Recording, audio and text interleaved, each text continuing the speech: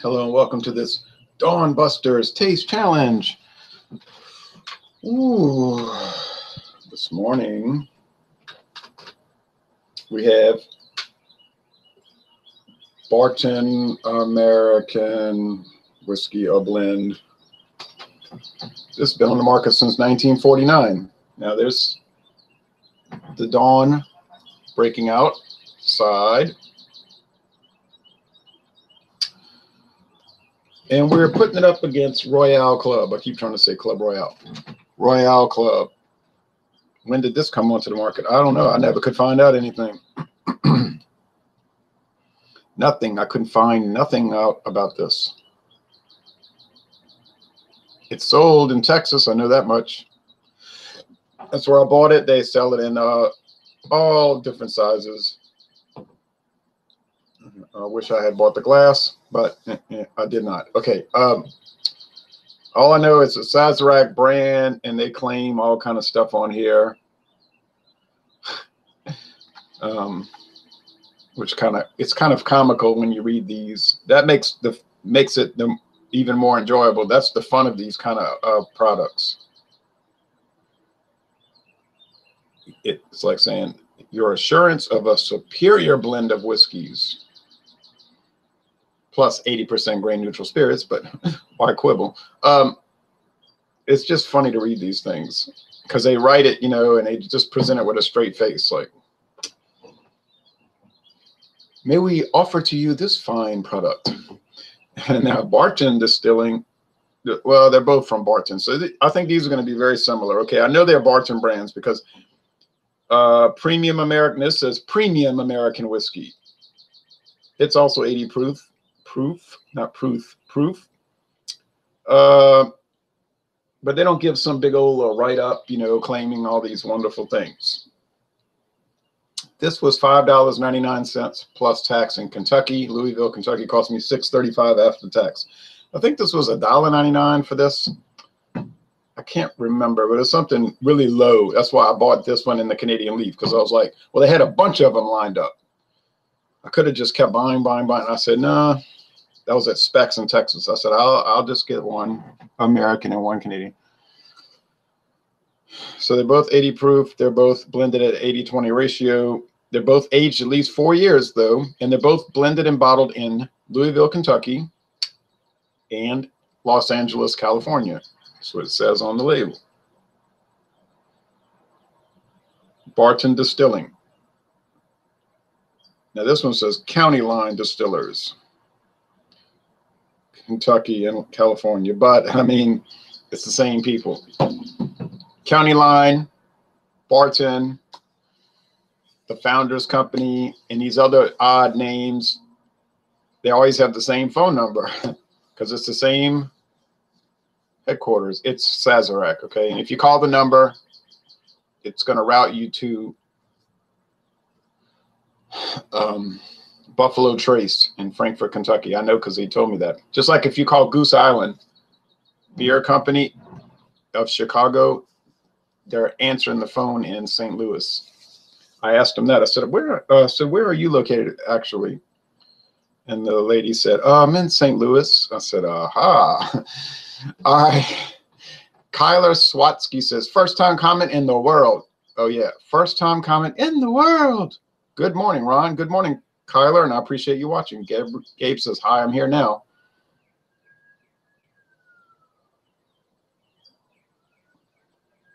Gabe, do you sleep or you just stay up 24 hours a day looking at videos? I'm not saying that as an insult. I'm just saying I noticed that there's sort of like a continuous rotation.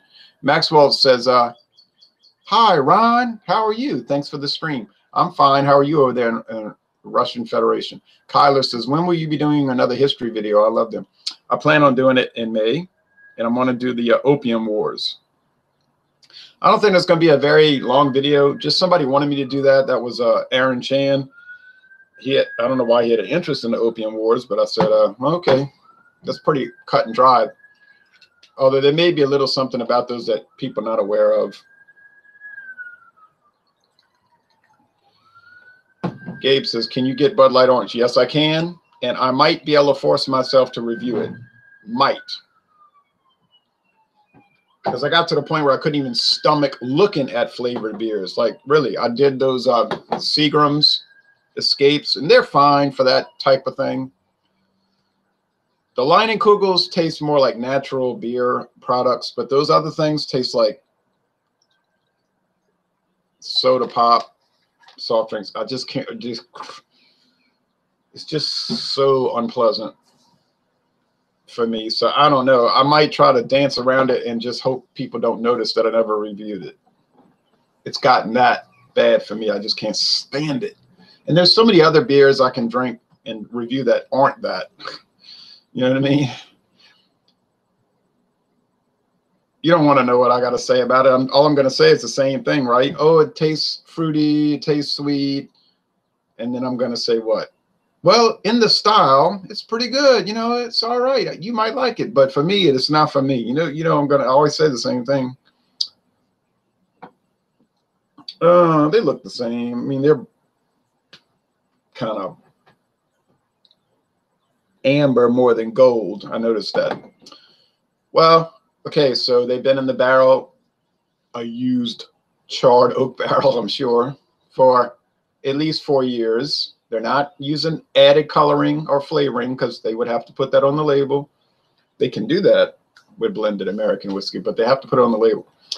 So you say, well, if it's 80% grain neutral spirits, which is the corn distillate, that's unaged, that's what they make bourbon out of, moonshine, you know what I mean? That's what it is. So, but it shouldn't have much flavor. Well, it doesn't, but the flavor that these have and the aroma these have is coming from that 20%. And that's the minimum. If you go below 20, now you're spirit whiskey, which is a class of whiskey. Spirit whiskey. Can you imagine that? It's almost all corn distillate, grain neutral spirits, with just a little bit of whiskey. Southern Comfort is one type, flavored spirit whiskey. And Rebecca Creek has one, the Spirit of Texas. And just like Southern Comfort is the Spirit of New Orleans. And they mean that literally, because it is a spirit whiskey. I've never tried a spirit whiskey, but I'm pretty sure I know what it would taste like. Probably wouldn't taste bad, just wouldn't taste like much of anything. Now, these blended whiskeys are becoming like a thing now. And it has nothing to do with me, I'm sure. But I just see all these companies coming out with them. And some of them are high shelf. I'm like, why would you pay $56 for something that's 75% grain neutral spirits? You know, why would you pay $25? Why would you pay $10? You know, so it's really weird. But I see these, and they got really beautiful packaging. Their websites are really snappy and impressive. So I think they're just, and they might have a cork cap. Maybe they're just relying on the hope that people don't carefully look at the label, right? You know, they don't examine it. They just buy the pretty bottle and they drink it. Okay. And after all, if they enjoy it and they don't realize what they're buying, everything's okay. But me, you know, I'm going to look at it real carefully, right? I know they had Cruzan rum at Mathern's yesterday. Cruzan rum from St. Croix Island in the Virgin Islands, and it was $8.99 for a regular size bottle. I don't know if that's a good deal, but I have a feeling it was a very good deal, because I think it's normally like 13 something. I've never had rum, and I didn't buy it. You know, if I would have bought that bottle, it would have been as a gift for somebody who's always, there's this guy I sit by at baseball games. He's always bragging about Cruzan rum. I'm going to do another taste challenge today at 1:30 Central. This is for scheduling reasons. And then Thursday, I'm planning to do 2. Dawn Busters, and then later in the day for scheduling reasons. And then I think after that, the rest of the weeks more or less should be normal, just Dawn Busters, not any kind of oddball double ups. Okay, let's go with the aroma.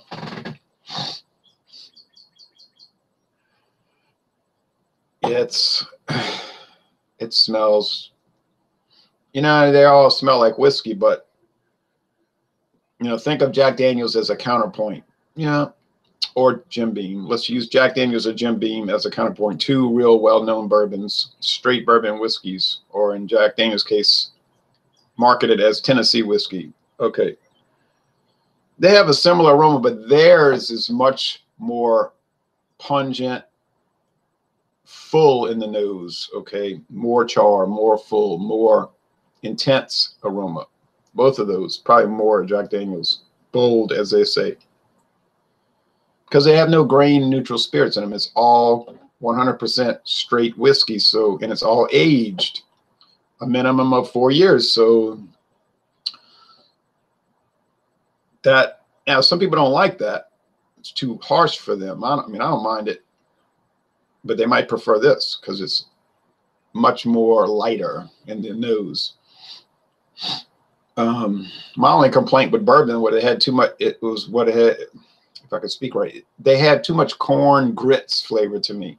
It really comes out strong. Over the months that I've drank it, or years I've been drinking it, it's presenting more and more of a strong corn grits thing, and I don't really care for that.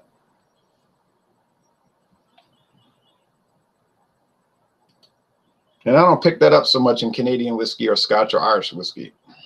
Even though they're those ones that are blended, it's mostly corn whiskey. They call it grain whiskey. Well, it's probably corn. All right. So this has that, you know, but remember the 80% is the unaged. They don't put it in a bottle and age it. They just distill it, cut it with water, and it's going in the blend. Okay, they don't smell the same. You're tempted, right? I'm tempted to believe that it's the same whiskey with different labels, right?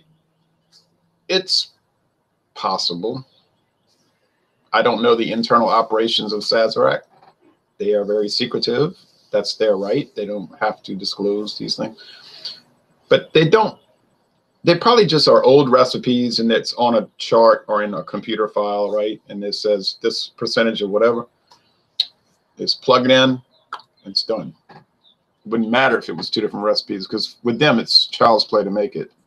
Child's play in the sense that it's all automated, and they have that down pat. I don't mean that you can be careless with the automation and the production. I'm just saying for them, a big company like that, that's their economies of scale. They have such a big scale that they can do all these different recipes. It's not really a big deal. Same thing with the beer companies. And you look on their websites, you can see they're all different recipes. They may not be very different from each other, but they're different. Okay, so the aroma here, okay, and this aroma over here is much spicier in the nose. So I'm thinking this one has higher rye content within that 20%, right? Is it way different? Well, actually, you know, it really is. This one just smells like more like rye whiskey, that kind of whatever that thing is, black pepper note. And that one doesn't really have that. This one maybe is more sweeter. I don't know. It's hard to say, but I drink the stuff. I don't really smell it all day. So let's go with the taste test.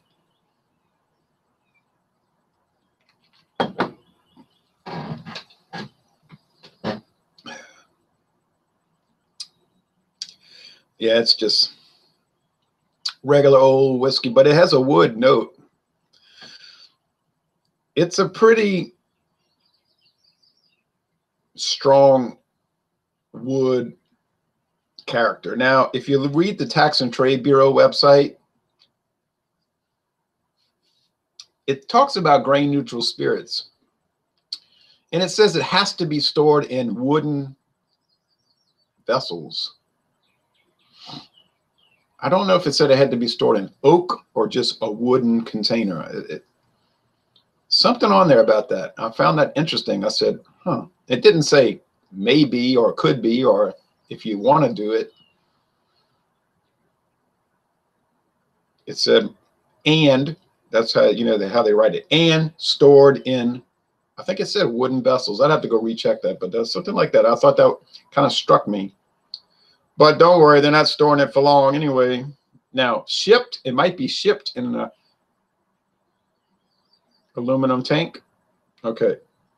But when it gets to the distillery in Bardstown or Los Angeles, before they use it, I guess they have to store it in wooden storage container, whatever those are, barrels. I don't know. It might be some huge wooden thing. I don't know. I got to go revisit that site, which I do often. Okay. William Kepley and myself, we did the Kentucky Dale. That's a blended whiskey, so that didn't taste any different than this, really, although it seemed a little inferior to these. And we did the Kentucky Gentleman blended bourbon. We didn't see where that was measurably or marketably better than these regular blended bourbons, blended whiskeys, okay? It just tasted like this. And that's 51% straight bourbon. This is only 20% straight whiskey, probably bourbon. And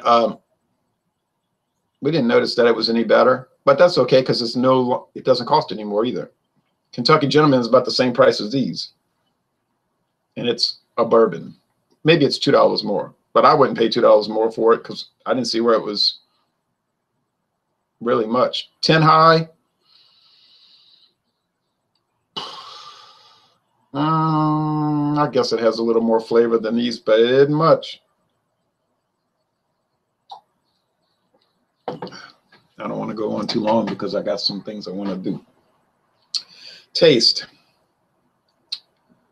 Yeah, it's got like this little peppery note. Now that's making me think it's the Royale Club, because remember when I got the Royale Club mixed up with the Club 400, I thought the Royale Club was the Club 400 because of the Baltimore, Maryland thing and their history of rye whiskey production and all of that. So it kind of threw me off. Kind of threw me off.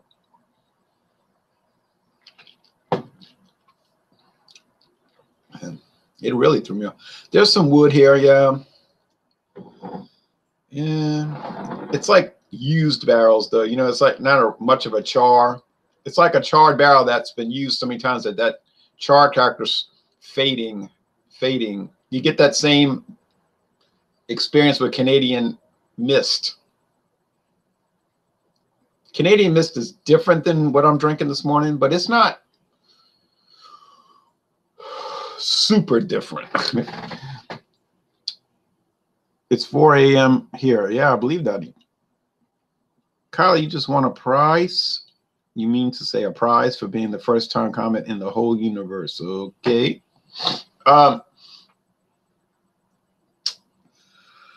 Oh, the body is similar, light to medium, and then the finish doesn't linger. These things don't have a lingering taste. It just kind of like goes away like alcohol, because that's what it mainly is. It's just not a whole lot of stuff to hang around in the taste.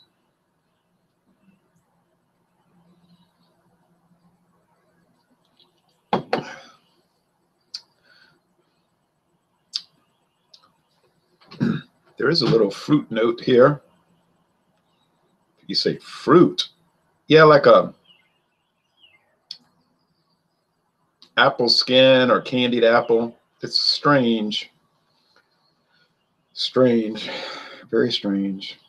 But not bad. I'm not saying it tastes bad. It's just odd.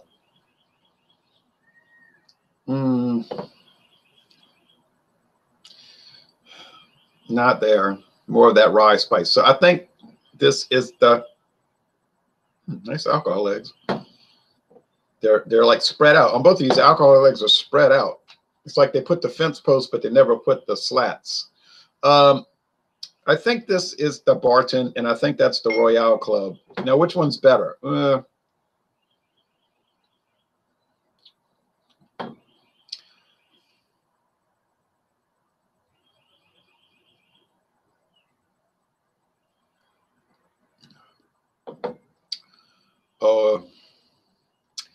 It's a tie, really. Somebody made a comment on my Kentucky Deluxe. He said, rot gut. I said, many people would use that term, rot gut, but it's not going to rot. It's not going to rot your guts any more than any other, you know, whiskey, straight or otherwise, that you buy at a grocery store or a liquor store. Rot gut is really stuff you buy illicitly, and it's made with things you don't know what they are, and you're trying to get it cheap, and it could really hurt you. If you drank this all day long, it would, yes, it would destroy your insides. Not because it's cheap, it's that because your liver and your internal organs couldn't handle it. I have a close relative who is was in the hospital for this out of control drinking. So I'm very careful about this. And when people contact me talking about, oh, I drank all day and I drank 40-ounce bottles all day, and you know, and they say I smoke marijuana and I do the, and it's okay for me. And I'm thinking, I don't think it's okay. Then you tell me you don't have a job, but you're getting it, you're going to get your act together. And I always say to myself, it's the same old pattern. And it's somehow they want me to enable their insanity, you know, by going along with them and saying, oh yeah, that's okay. You know, that's fine. You know, that's fine to sit around playing video games all day and have no job and drink and smoke marijuana all day and do nothing. I'm not going to say that. It's like they want validation for this. But all I ever tell them is stop commenting on my channel, and I wish you wouldn't watch it. You need to go get some kind of treatment, is what I tell them. You know, I mean, this is not, you know, you're trying to take your problematic lifestyle, which is probably very seriously disturbed, and you're trying to apply it to somebody like myself and others on YouTube that are hobbyists. They taste things, you know, and then they go on and do other things. They have a job. They, you know, they keep their house up. Some of these people we talking about, you go and they got trash in the yard, and it's like they never clean, and they're just a total lifestyle train wreck. And I'm not going to validate that. Gregory Baye says, good morning, Ronald. I haven't played a video game since I was 13. Laugh out loud. Me neither. Except I did some played Risk online sometimes, you know. But that's a board game online. But I don't really play that. Because like, wow, you won. Yeah, and what does it signify? It doesn't signify anything. It's just, it's like sitting around playing cards. You haven't accomplished anything. It's like you're just killing time. I don't know. I just don't like doing it. At least with this, there's some, you could argue, goal to it. Some goal. You say it's not an important goal. Telling two whiskeys apart. That's not an important goal. No, this is true. That's the whole hobby aspect of it. Hobbies are generally not what you say important. They're just things we do for fun, but not necessarily to kill time. You do it for fun. Like the comic books. There's no importance to those. I just liked reading them. Okay. At least until about 20 years ago when the quality went down so badly. Really starting around 1990s when it really went down. But anyway, off that rant and rave. But that whole thing is really true. I'm not going to sit there and enable people's destructive lifestyle, and somehow they want me to approve it. I'm not going to. You know. Okay, but anyway, I can't answer for the world is what I mean, though. You know, I can't say, well, I do the hobby, so other people are out of control, so I can't do the hobby. No, I'm not doing it that way. Sorry. All right, so I think this, you know, I'm starting to change my opinion in the last 1 minute.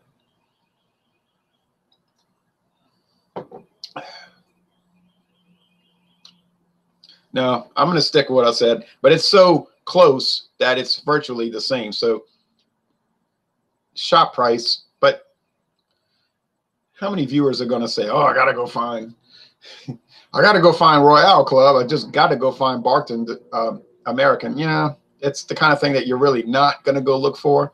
You just might see it on the shelf and it's cheap, so you buy it so that you can say you tried it. That's a curiosity piece. This is not like, oh, Jack Daniel's rye, I want to go get that. You know, something that has actual, what you say, worthiness to it. You know what I'm saying? I mean, when I do these items, I know what I'm drinking. You know what I mean? I'm not, you know, clueless to what I'm dealing with. I might come out with the video with a straight face and say, oh, I'm looking at this, and I play it straight, you know, and I'm serious about it. I give it a fair review, but I'm not unaware of what I'm dealing with, you know. Okay, but anyway, getting off of that. So I think this is the